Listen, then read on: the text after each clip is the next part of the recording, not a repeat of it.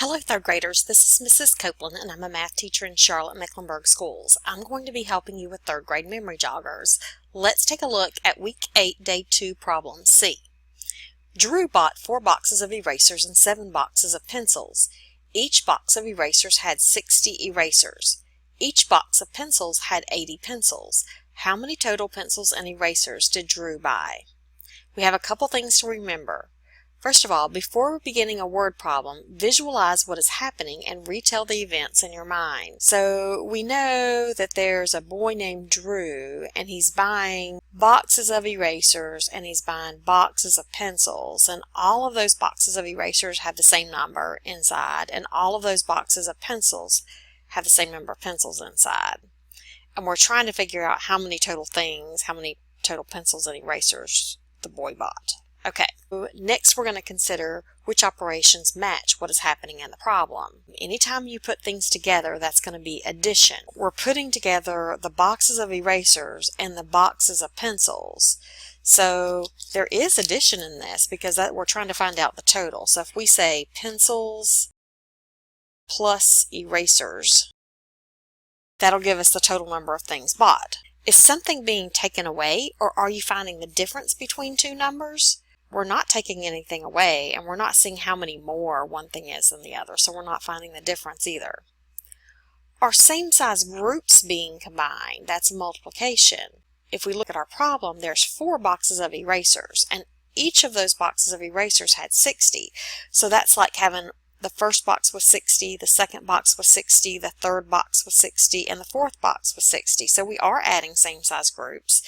And when we put together same size groups, that's multiplication. So the erasers would be 4 boxes or 4 groups of 60. So in our problem, when we're thinking about pencils and erasers, the erasers are, and I'm going to put parentheses around this just to show that part is grouped, 4 times 60. Then each box of pencils had 80, so that means there were 7 boxes of pencils. So the first box had 80, the second box had 80, the third box had 80, and all of those 7 boxes had 80. So that is 7 boxes or 7 groups of 80. So if we wanted to figure out the pencils, that would be 7 times 80. So the pencils is 7 times 80. And the erasers is 4 times 60. And remember, we're trying to put those together. And our last type of computation that might be happening in the problem is if items are being shared equally, and that's division, and we don't have things being shared equally in this problem, or subtracted out in equal groups, which is also division, so we're not going to include that here. And our last bullet tells us to write an equation with a blank or letter for the unknown information. An equation helps us to remember all of the operations that we need to complete when solving a problem. And that's why we should always write an equation before we begin solving. And notice that we took our time and we thought about the problem and what was happening in it, and that helped us to already write an equation. We had the addition part of the equation and the multiplication parts of the equation. Those parentheses just tell us to do this part together. So we'll do the 7 times 80, and then we'll do the 4 times 60, and then we'll put those two together. So 7 times 80, that would be 7 groups of 8 tens. 7 times 80 is 7 times 8 tens. And this is where it comes in real handy if you already know your multiplication facts, and you can keep working on those if you don't quite know them. If you don't know them, you could add 8 7 times to get the number of tens, but that would take kind of a while. So let's say you don't know the fact, though, for 7 times 8. A way you could break that up is to think about 5 of the tens first. So 7 times 5 tens would be 35 tens. And then we've only figured out 5 of the tens, so we would need 3 more tens. 7 times 3 tens would be 21 tens. And then you put those two together. 35 plus 21 is going to give us 56 tens. So if you know your facts already, it's really quick for you to write 56 tens.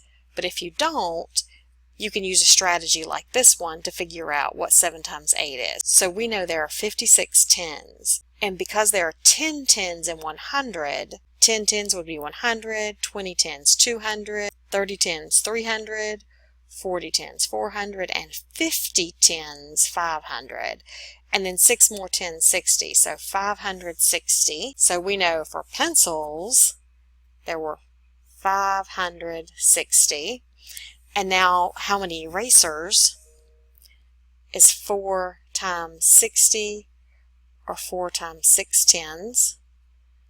Again, if you know your facts, you already know that's 24 tens. If you're not sure, you could think about 2 groups of 6 tens. That would be 12 tens, and then 2 more groups of 6 tens. That would be another 12 tens, and then 12 and 12 is 24. So the best thing is if you already know your facts, and keep working on those if you don't. But if you don't know your facts, use a strategy to figure that out. So we have 24 tens. 10 tens is 100.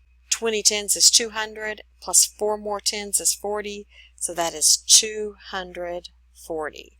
So now we know there's 560 pencils and 240 erasers. If we put those two groups together, now we're going to have 500 and 200 is 700. 60 and 40 is another 100. 700 and 100 is equal to 800. So how many total pencils and erasers did Drew buy? 800.